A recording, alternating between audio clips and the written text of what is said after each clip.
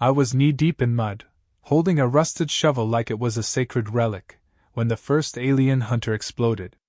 Not in a heroic blaze of glory or anything, he tripped one of my homemade traps and went up like a microwave burrito someone forgot to poke holes in. The forest lit up with a blinding flash, birds screamed into the sky, and chunks of whatever passed for his insides painted the trees. I dropped the shovel and just stared, blinking through the smoke, because I had spent the last 3 years of my life avoiding these monsters. And now, by complete accident, I had just declared war on the most terrifying species in the galaxy.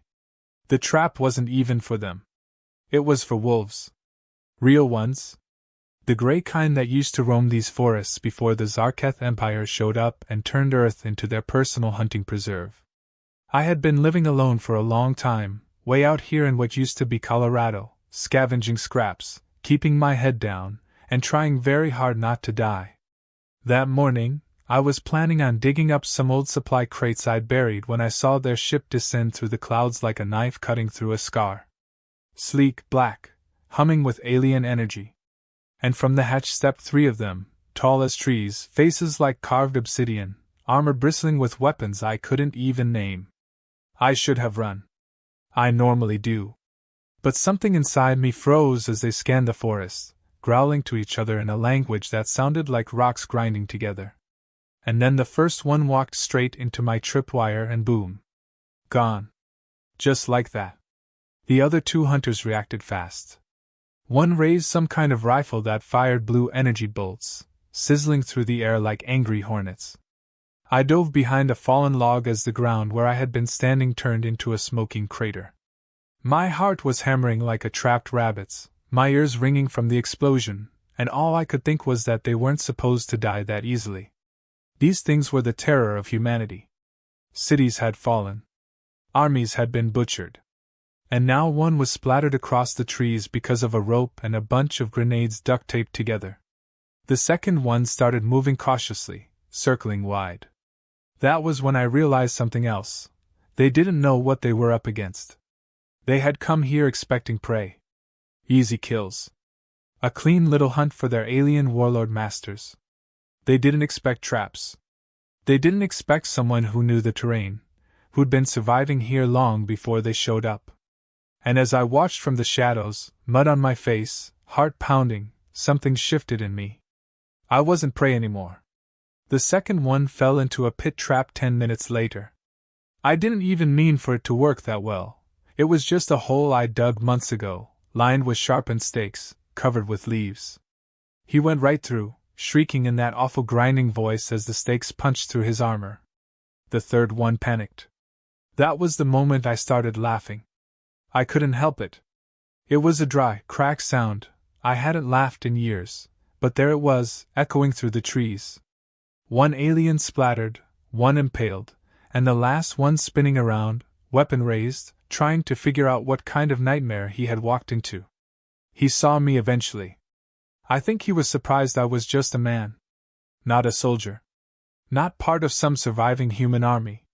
Just a guy in a battered jacket, mud up to my knees, holding a hunting rifle older than I was. He let out a roar and charged. I ran, of course. I'm not stupid. He fired wildly as I sprinted through the trees, blue bolts scorching the bark around me. I knew the forest better than him, though. I ducked under fallen logs, scrambled over rocks, weaved through thorn bushes that slowed him down. He was bigger, faster, stronger, but I was smarter. The last trap wasn't even mine. It was nature's.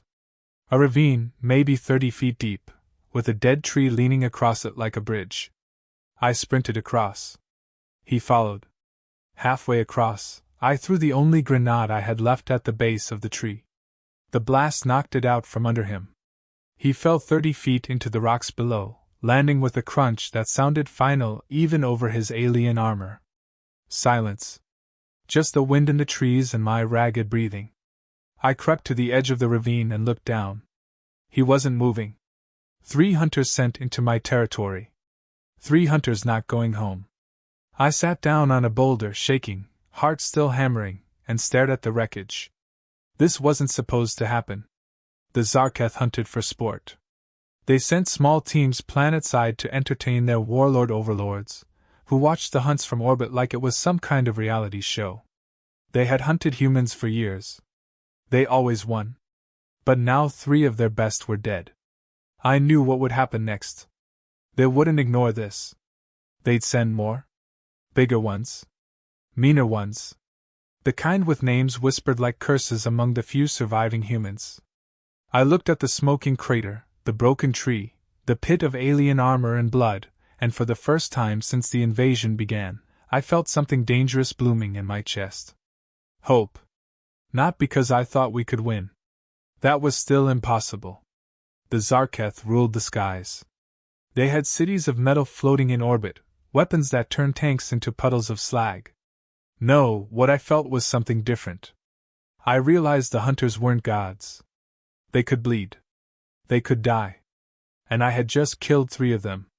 The sun dipped low, painting the forest in orange light as I scavenged what I could from the bodies, strange weapons, bits of armor, anything useful. Their ship was still out there somewhere, humming quietly beyond the trees, waiting for hunters who would never return. They would come looking for answers soon. Let them come. The next morning the forest was crawling with drones. Sleek, black things shaped like flying knives, scanning everything with cold blue light. They swept low over the trees, humming like angry wasps, searching for the hunters who had not returned. I stayed hidden beneath a layer of mud and leaves in a hollowed-out log, heart pounding as one passed so close I could hear the faint mechanical click of its sensors. I held my breath until it moved on. They were looking for bodies. For answers. And maybe for me. I watched them carry the dead hunters back to their ship on beams of pale light. It made no sense to me how those things worked. The hunters' bodies just floated upward as if the air had turned into water, and they were hooked by invisible fishing lines. I wondered if they had some kind of ritual for the dead, or if the bodies were just going to be dissected so the warlords could study whatever had killed them. The thought made me shiver. If they figured out it was me, the next thing landing in this forest would not be 3 hunters. It would be an army. By noon the drones were gone. The forest felt wrong without birdsong, like the animals knew better than to come back too soon. I sat under a tree chewing the last of my jerky and thinking hard. Surviving was one thing. Staying hidden was another. But killing 3 of their hunters had changed the rules. They would not stop now. They would keep coming until they found out what had happened. Which meant sooner or later they would find me. Unless I did something first. So I started building. The wreckage I had scavenged from the hunters lay in a messy pile near my camp. Pieces of armor, some strange glowing knives that hissed when you touched the edge, a helmet shaped like a skull made of black glass. Most of it I could not use. It was too alien, too heavy, too fused with their biology. The helmet tried to attach itself to my face when I put it on. I threw it into a ravine after that. The rifle was the only thing that seemed promising, but it refused to work. It hummed when I held it, then went dead. Maybe it needed alien hands to fire. Maybe it could smell that I was human. Either way, it was useless to me. But I could still use their tech for traps. Their armor was tough, but the joints were vulnerable. Their weapons were deadly, but they were overconfident. I started rigging tripwires, deadfalls, and spiked pits through the forest like a man preparing for the apocalypse. Which, technically, I was.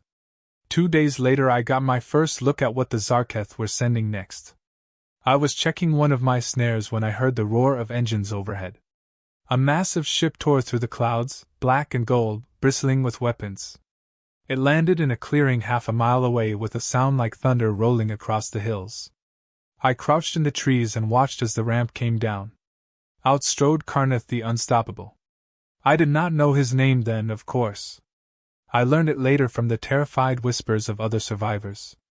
All I knew was that he was twice the size of the hunters I had killed, wearing armor carved with glowing symbols, carrying a spear crackling with blue fire. His helmet looked like the skull of some ancient beast, horns curving back, eyes burning red through the visor.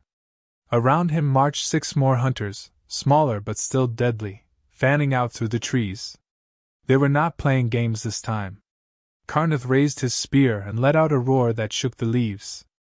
The sound rolled across the forest like a challenge. I realized with a sick feeling he was calling me out.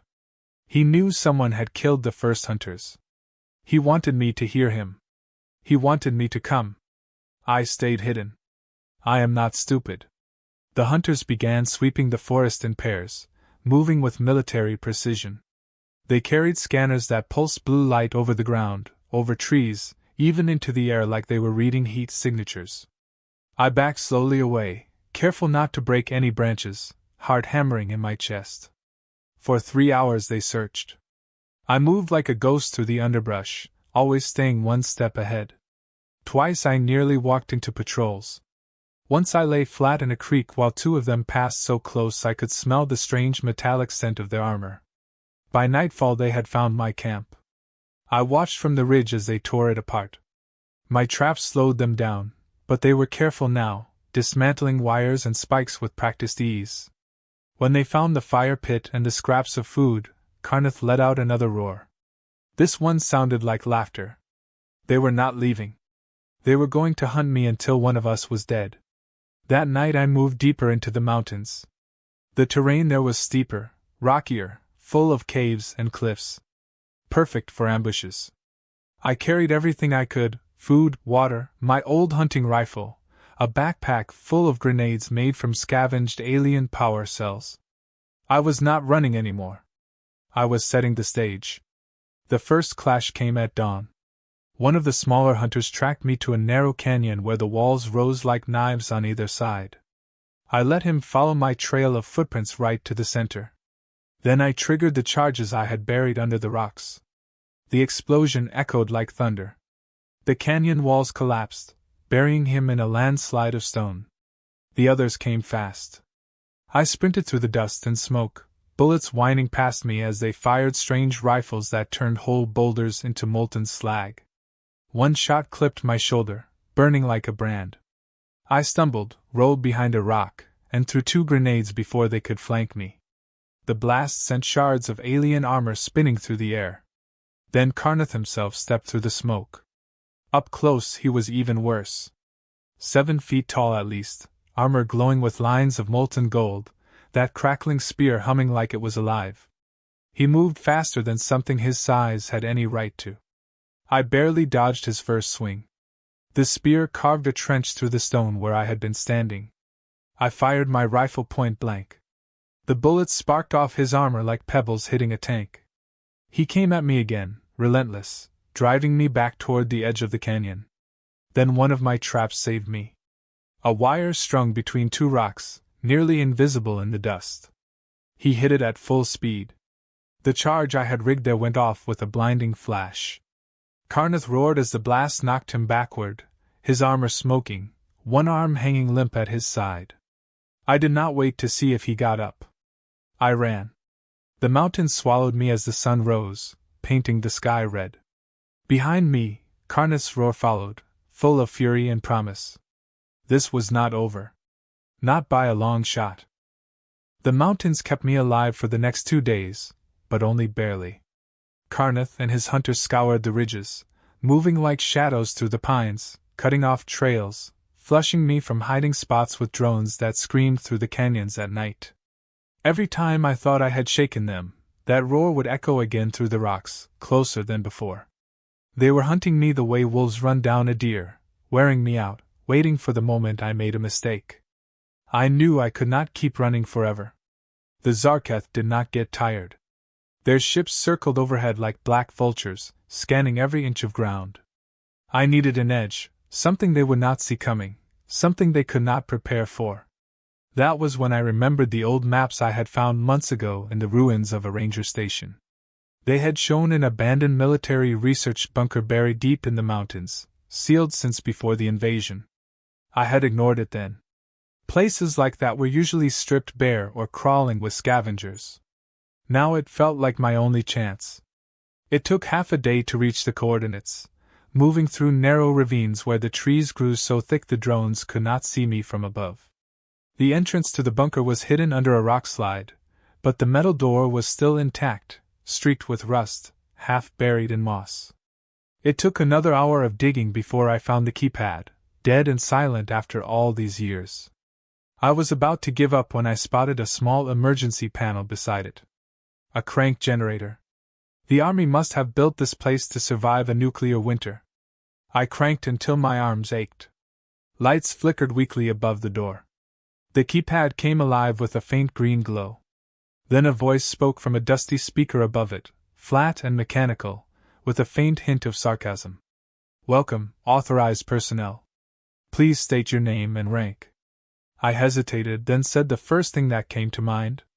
"Captain Jack Mercer, United States Army." The voice paused for a moment before replying. "Records indicate no such officer exists. Also, your voice print suggests advanced age, malnutrition, and probable cranial damage. Are you sure you are human?" I stared at the speaker in disbelief. "Yeah. I am human.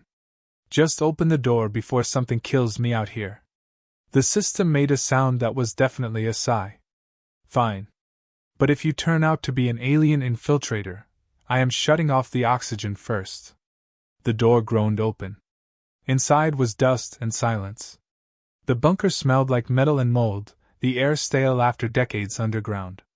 Rows of computer terminals lined the walls, their screens flickering weakly as backup power came online. There were maps, old rifles and locked cages, crates of rations so expired even the rats had given up on them. But what caught my eye was a single console still humming with life in the center of the room. It displayed files labeled with words like Zarketh biology and alien neuronetwork research.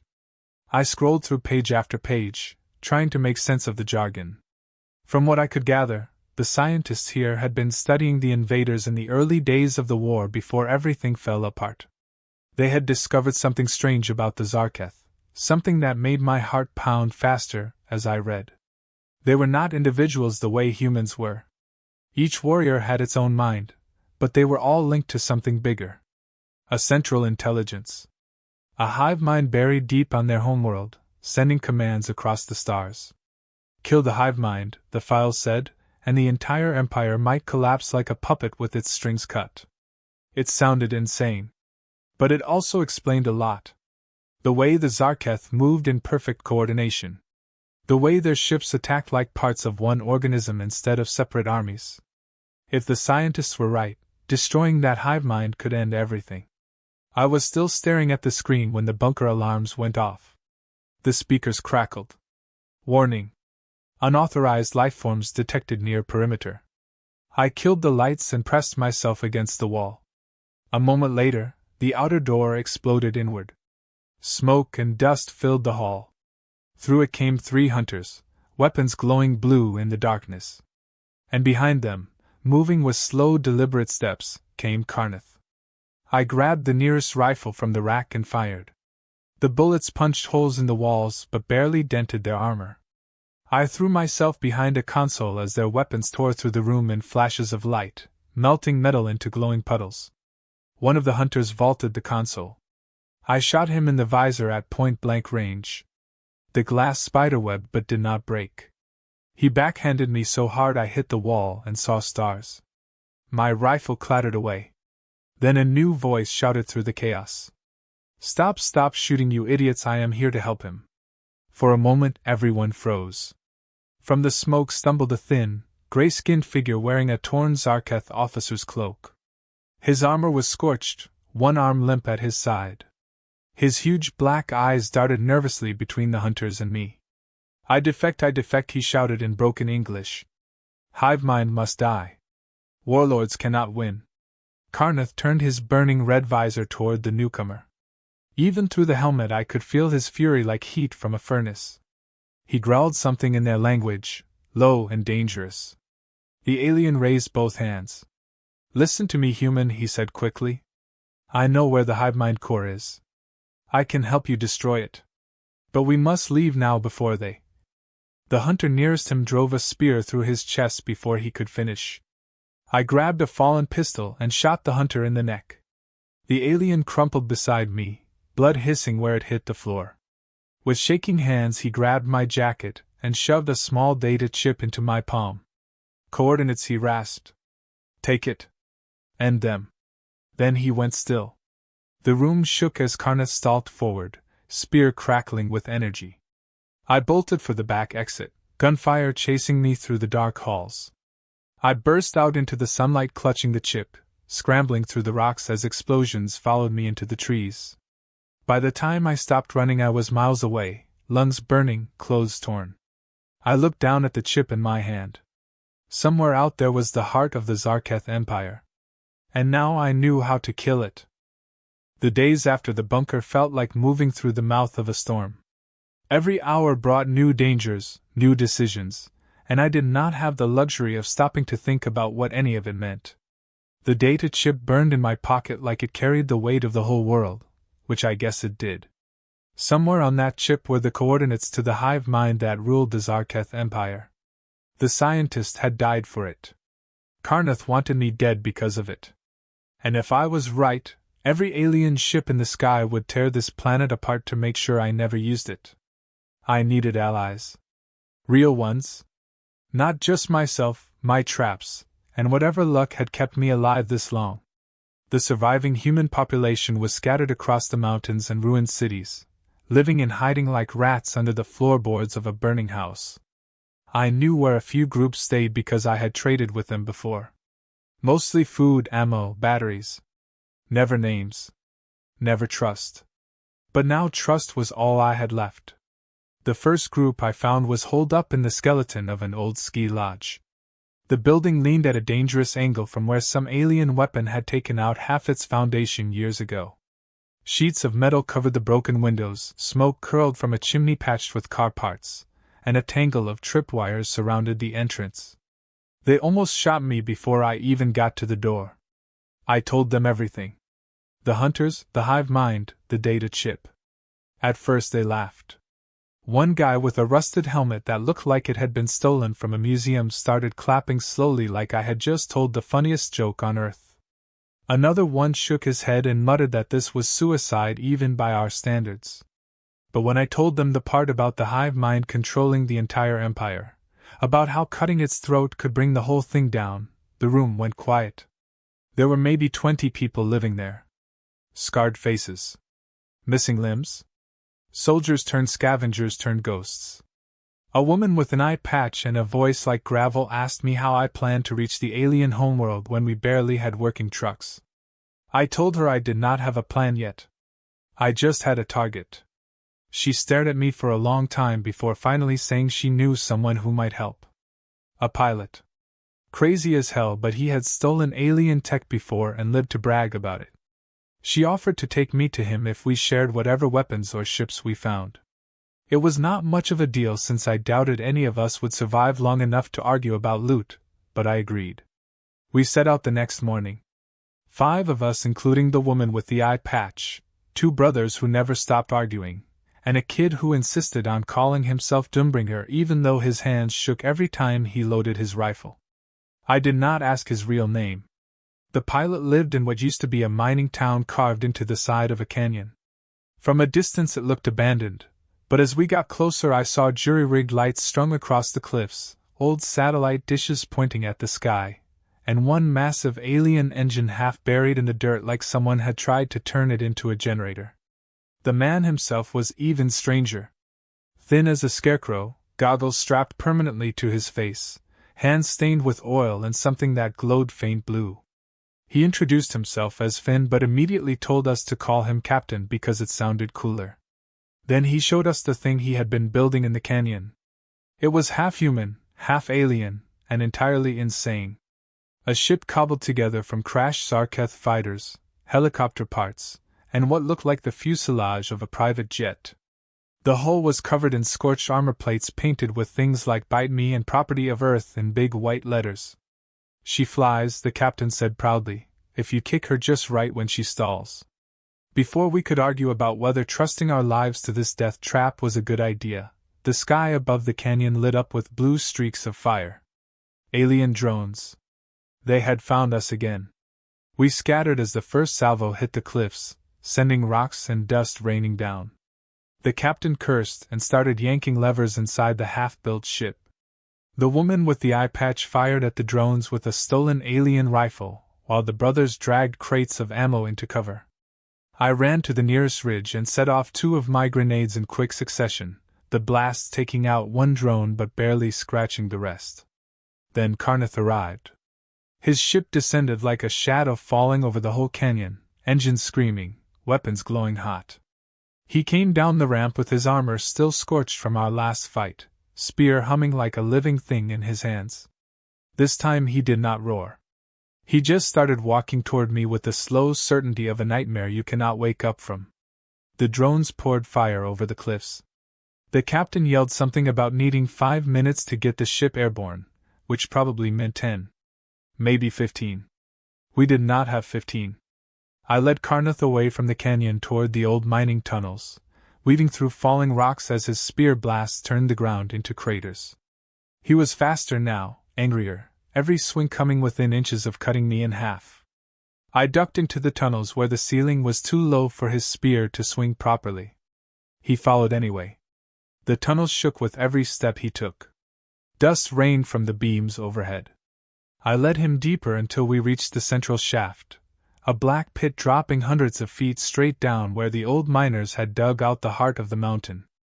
A narrow catwalk crossed the gap, nothing but rusted steel and missing planks.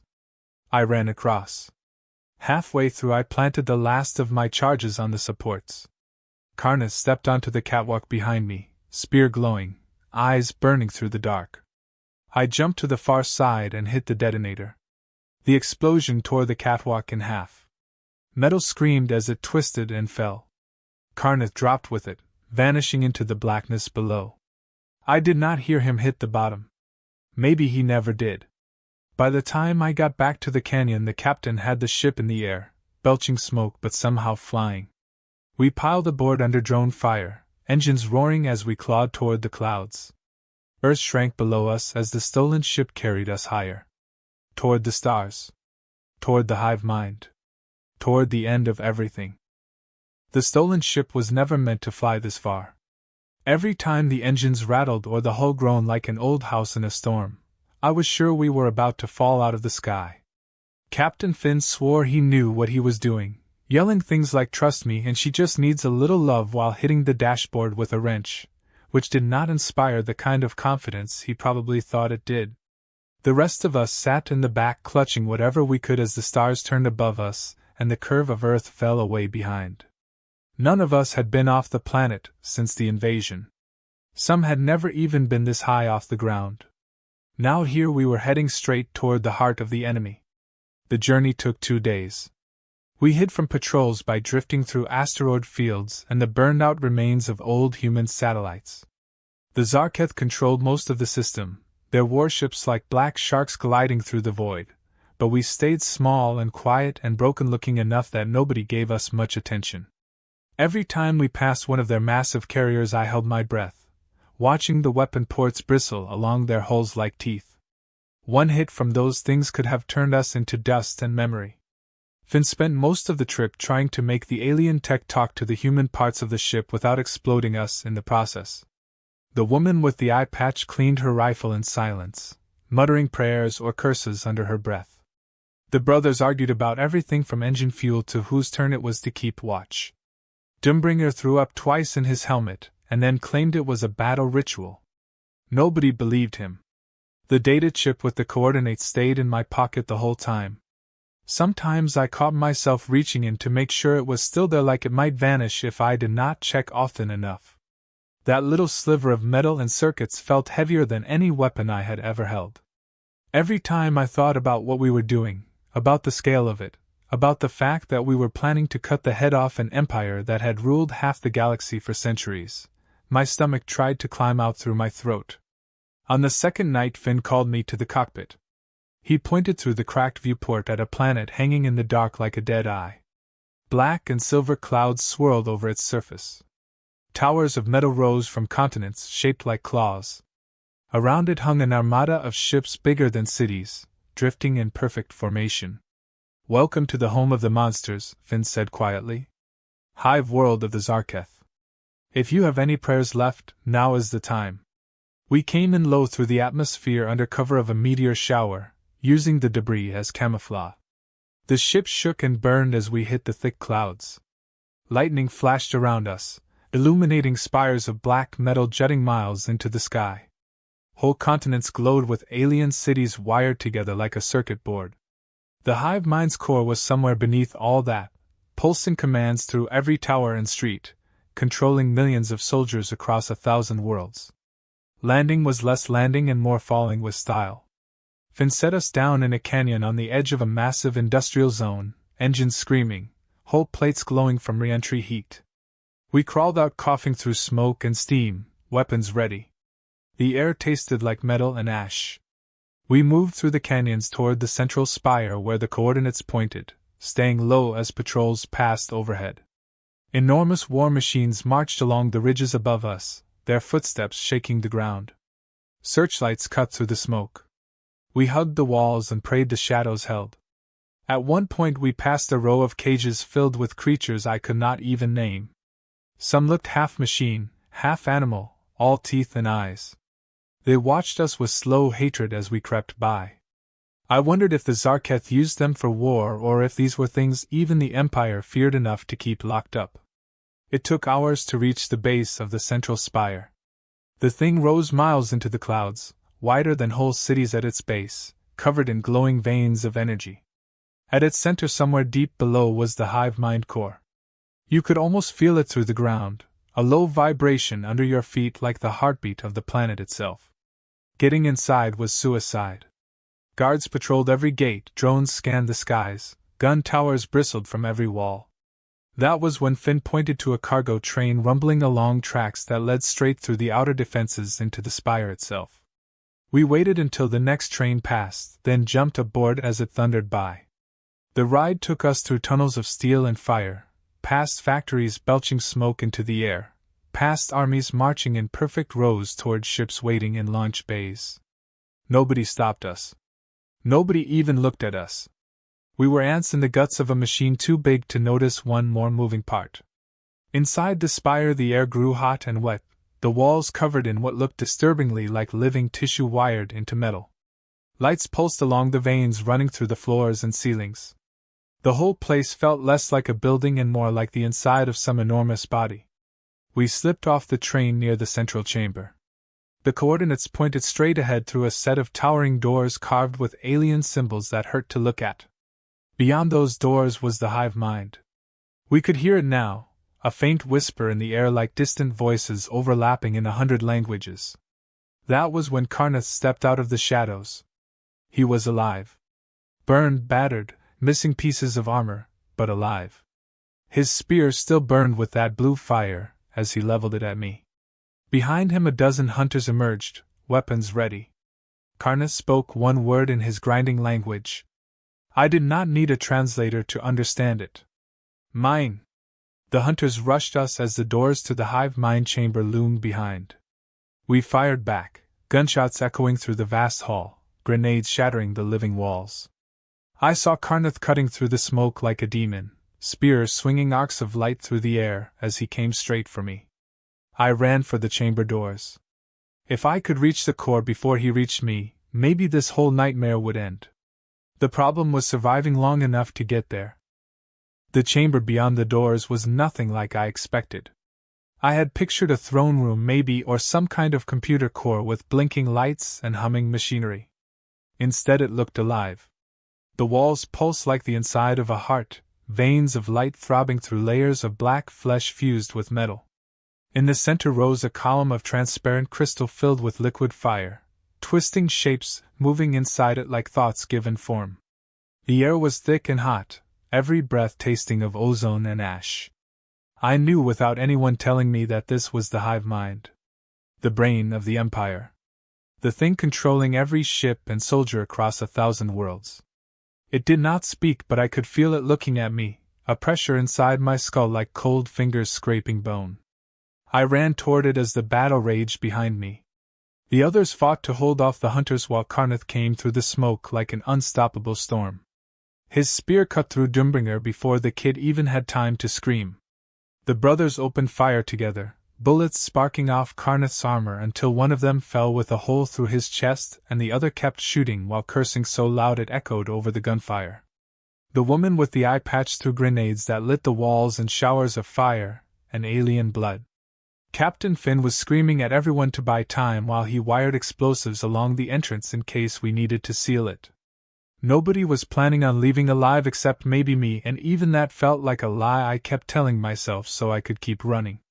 Karnath leapt over the bodies of his own hunters to reach me. His armor smoked from half a dozen hits, but he moved like nothing on this planet could stop him. I hit the stairs leading up to the crystal column 2 at a time while his spear slammed into the floor inches behind me, sending up shards of burning metal. I turned and fired my rifle point blank into his chest. The bullets sparked harmlessly away. He swung and I threw myself backward as the spear carved a glowing arc through the air where my head had been. Up close I could see how badly he wanted this. Not just to kill me but to end me like a trophy, to carry my death back to whatever warlord throne he served so they could mount my skull on a wall and laugh about the human who had killed their hunters and thought he could kill a god. I think that was why I kept moving even after he smashed the rifle out of my hands and cracked my ribs with a backhand that felt like getting hit by a truck. Because if I stopped now, that would be the end of everything. The crystal column rose higher than any of us, humming with a power that made the air shake. The shapes inside it shifted like things trying to wake from a dream. I could feel them in my head whispering not in words but in promises of surrender, of peace, of just lying down and letting it all end. Maybe that was how the hive mind kept control, not just with orders but with that pressure in the skull telling every soldier what to feel and when to feel it. I wanted to drop to my knees right there, but then Karnath came at me again, and the choice was simple. Move or die. I grabbed one of the grenades from my belt and hurled it at his feet. The blast threw both of us across the floor. My ears rang. Smoke filled the chamber. Karnath rose from the fire like something out of hell, one arm hanging useless now but the other still holding that spear as steady as death. He charged again, and this time I let him. At the last second I dove aside so he hit the crystal column instead of me. The spear punched through the surface with a sound like ice shattering. Light and fire poured out around it as if the planet itself had been stabbed. Karnath tried to pull the weapon free but it was stuck deep in the column, humming louder and louder until the floor shook beneath our feet. I saw cracks racing up through the crystal like lightning through glass. I ran. Not away but up the rest of the stairs toward the access panel I had spotted near the base. It looked almost human with wires and ports like the scientists in that bunker might have designed it after all. I jammed the data chip into the slot and slammed the activation switch. The hive mind screamed. Not out loud but inside my head so hard I dropped to my knees clutching my skull. The whole chamber pulsed like a dying heart. Energy arced along the walls. The shapes inside the column convulsed as if trying to hold themselves together. Karnath ripped his spear free and came for me one last time even as the floor split open beneath us. I met him halfway. I grabbed one of the alien rifles from the ground and fired everything it had straight into the cracks glowing along his armor. The weapon kicked like a cannon. Bolts of blue fire punched through him in bursts of steam and blood. Karnath staggered, swung once more, then finally fell at my feet with the spear clattering from his hands. The crystal column shattered behind us. Light roared out like a second sun. The ceiling tore open. Towers outside collapsed as the ground heaved and split. I ran without looking back while the hive mind burned itself apart in a storm of fire and screaming metal. The others were already retreating through the tunnels as explosions followed us out into the poisoned air of the hive world. We made it to the ship as the entire spire came down behind us. Alien war machines stumbled and fell across the horizon like puppets with their strings cut. Above the planet their armada drifted out of formation, guns going silent, engines dying one by one until the whole sky was falling apart. Finn got us into orbit just ahead of the firestorm spreading across the surface. The brothers were gone. Doombringer was gone. The woman with the eye patch sat silent staring out at the burning planet, while the captain laughed like a maniac at the sight of a galactic empire dying all at once. I just sat there covered in blood that was not all mine, staring at my hands like I could not figure out how they were still attached to me. When we reached Earth the skies were clear for the first time in years. The alien ships that had hung over our cities like executioners were falling in pieces through the clouds. People crawled out of ruins blinking at the sunlight like they had never seen it before. Some cheered. Some just stood there in shock as the empire that had ruled us ended in fire above their heads.